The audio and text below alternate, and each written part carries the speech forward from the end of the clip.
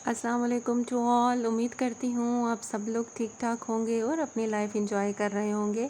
आज मैं करती हूँ आपको वेलकम अपने न्यू चैनल पे, और इस चैनल का नाम होगा सुमेराज़ व्लॉग। इस चैनल में आपको मिलेगा बहुत कुछ। इस चैनल में होंगे मैथ के लेक्चर्स, इस चैनल में होगा fashion, dress designing, cooking recipes and much more. Here comes the name of my channel, that is Sumera vlogs. उम्मीद करती हूँ आप इसको लाइक करेंगे और सब्सक्राइब करेंगे। आज का जो टॉपिक मैंने सेलेक्ट किया है मैथ में वो है सेट्स। सेट्स जो है हमारे पास स्टार्ट होते हैं 6 क्लास से और ऑनवर्ड ये चलते रहते हैं। और अगर आपका बेसिक कॉन्सेप्ट सेट के बारे में क्लियर नहीं होगा तो आइंदा आने वाली क्लासेस में आपको बहुत से प्रॉब्लम्स होंगे। इसलिए आज का जो टॉपिक है मैंने वो ये सिलेक्ट किया है सेट्स। इसमें आज मैं आपको बेसिक्स ऑफ सेट्स जो हैं वो समझाऊंगी और उम्मीद करती हूँ कि आपको समझ में आएगा। तो आज के बेसिक्स ऑफ सेट में जो हमारे पास टॉपिक्स इंक्लूड होंगे वो हमारे पास है, फर्स्ट वन है हमारे पास दैट इज़ कॉल्ड डेफिनेशन। उसके बाद होगा एलिमेंट्स ऑफ द सेट और उसके बाद होगा सेट नोटेशन। चलिए आए हम अपना लेक्चर स्टार्ट करते हैं। लेक्चर स्टार्ट करने के लिए आपको ये स्लाइड अभी नज़र आ रही है सेट की। यहाँ पे मैंने बेसिक सबसे ऊपर लिखी है सेट की डेफिनेशन। यह set is a collection of well defined and distinct object. अब देखिए मैंने वेल डिफाइंड और डिस्टिंक्ट को अंडरलाइन किया है। वेल डिफाइंड हमारे पास होता है वो चीज़ जिसके बारे में आपको पता हो, क्लियरली डिस्क्राइब्ड, या एक नोन चीज़ जिसके बारे में आप अच्छी तरह जानते हो, उसको हम कहते हैं दैट इज़ वेल डिफाइंड। इसी तरह से है नेक्स्ट डिस्टिंक्ट। डिस्टिंक्ट का मतलब होता है यूनिक। यूनिक मीन्स कि जो चीज़ रिपीट ना हो रही हो, जिसकी अपनी एक रिकग्निशन हो, उसको हम कहते हैं ये डिस्टिंक्ट हैं। ठीक है, तो हमारे पास सेट की डेफिनेशन क्या हो गई? Set is a collection of well defined and distinct objects. अच्छा, नेक्स्ट मैंने लिखा है elements of the set. Elements of the set क्या है हमारे पास? जो भी चीज़ें हम सेट के अंदर लिखते हैं, सेट जिन चीज़ों पर मुश्तमिल होता है उसको हम कहते हैं एलिमेंट्स और are members of a set. इसके लिए एक सिंबल यूज़ होता है, उस सिंबल को हम कहते हैं ई और ई नॉट। ये थोड़ा सा राउंड ई होता है और ई का मतलब होता है दैट इज़ बिलोंग्स टू, और ई नॉट का मतलब होता है डज़ नॉट बिलोंग टू, कि ये चीज़ हमारे सेट में शामिल है या ये चीज़ हमारे सेट में शामिल नहीं है। तो सेट की डेफिनेशन और एलिमेंट ऑफ अ सेट आपको उम्मीद है क्लियर हो गया होगा। ठीक है, फिर रिपीट कर देती हूँ। सेट जो है वेल डिफाइंड और डिस्टिंक्ट ऑब्जेक्ट पर मुश्तमिल होता है और उसके अंदर जो मेंबर्स होते हैं उसको हम कहते हैं एलिमेंट्स ऑफ अ सेट। आगे आ जाएं, अब मैं आपको बताऊंगी सेट नोटेशन, यानी कि सेट को लिखने का क्या तरीका है। ये आपको नज़र आ रहा है सामने बोर्ड पे मैंने कुछ की पॉइंट्स लिखे हैं। ये की पॉइंट्स अगर आप अपने माइंड में रख लेंगे तो नेक्स्ट टाइम आपको सेट को लिखने में बिल्कुल भी प्रॉब्लम नहीं होगा। तो सबसे पहला पॉइंट है कि सेट को हमेशा रिप्रेजेंट करना है कैपिटल लेटर्स में। ठीक है, इंग्लिश अल्फ़ाबेट के जो कैपिटल लेटर्स होते हैं वही सेट का नाम होगा। ए टू जी कोई भी हो सकता है, A B C J K L M N O P, जो भी उसका नाम होगा वो आपने हमेशा लिखना है कैपिटल लेटर में।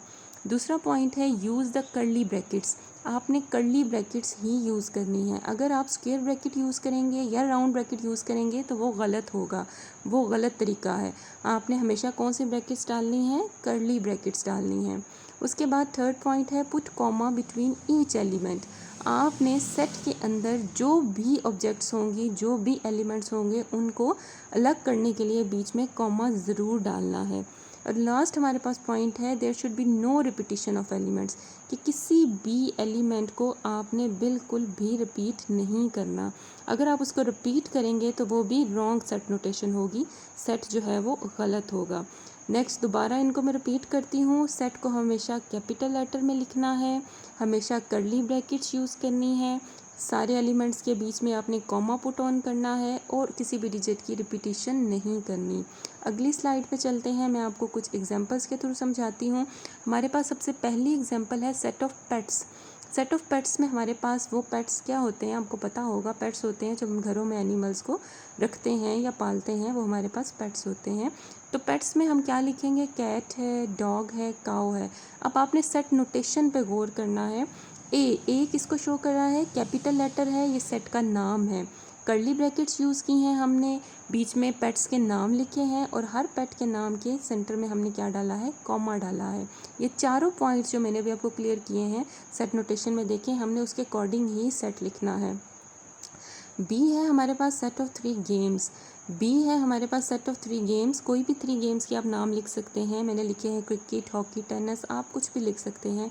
लेकिन फिर मैं आपको कहूँगी आप ध्यान से देखें सेट नोटेशन क्या है, कि हमने क्या क्या यूज़ किया है। कैपिटल लेटर यूज़ किया है, कर्ली ब्रैकेट्स यूज़ की हैं, और देन हमने उनके बीच में कॉमा डाला है और कोई भी चीज़ रिपीट नहीं हो रही। इसी तरह मैंने लिखा है C is equal to 1 2 3 and so on, कि ये भी हमारे पास एक सेट है जो डिजिट्स पे मुश्तमिल है, और ये सो ऑन का मतलब होता है कि ये सेट कंटिन्यूड है, और जो सेट कंटिन्यूड होता है उसको हम कहते हैं फिनिट सेट, और जो हमारे पास ख़त्म हो जाता है उसको हम कहते हैं इनफिनिट सेट। जो सेट ऑफ नेचुरल नंबर्स हैं आगे हमारे पास n is equal to 1 2 3 and so on. कुछ एलिमेंट्स कुछ सेट्स ऐसे होते हैं जिनको जो नाम दिया जाता है उससे हमने उसी को शो करना होता है। Natural numbers is equal to n is equal to 1 2 3, set of whole numbers w is equal to 0 1 2 3 and so on, set of even numbers is equal to e is equal to 2 4 6 and so on, set of odd numbers that are o is equal to 1 3 5 7 and so on. ठीक है, ये वो sets हैं जिनके नाम जो given है आपने उनको उन्हीं नामों के साथ शो करना है। तो आज का लेक्चर करते हैं यहीं पे ख़त्म। उम्मीद करती हूँ आपको समझ आई होगी। Thanks for watching my video, और आपने इन चैनल को सब्सक्राइब करना है और देखते रहना है, और साथ साथ में मुझे अपना फीडबैक भी ज़रूर देना है कि आपको समझ आ रही है या नहीं। ओके, अपना ख्याल रखिएगा, अपनी दुआओं में याद रखिएगा, और जहाँ रहिएगा खुश रहिएगा। अल्लाह हाफ़िज़।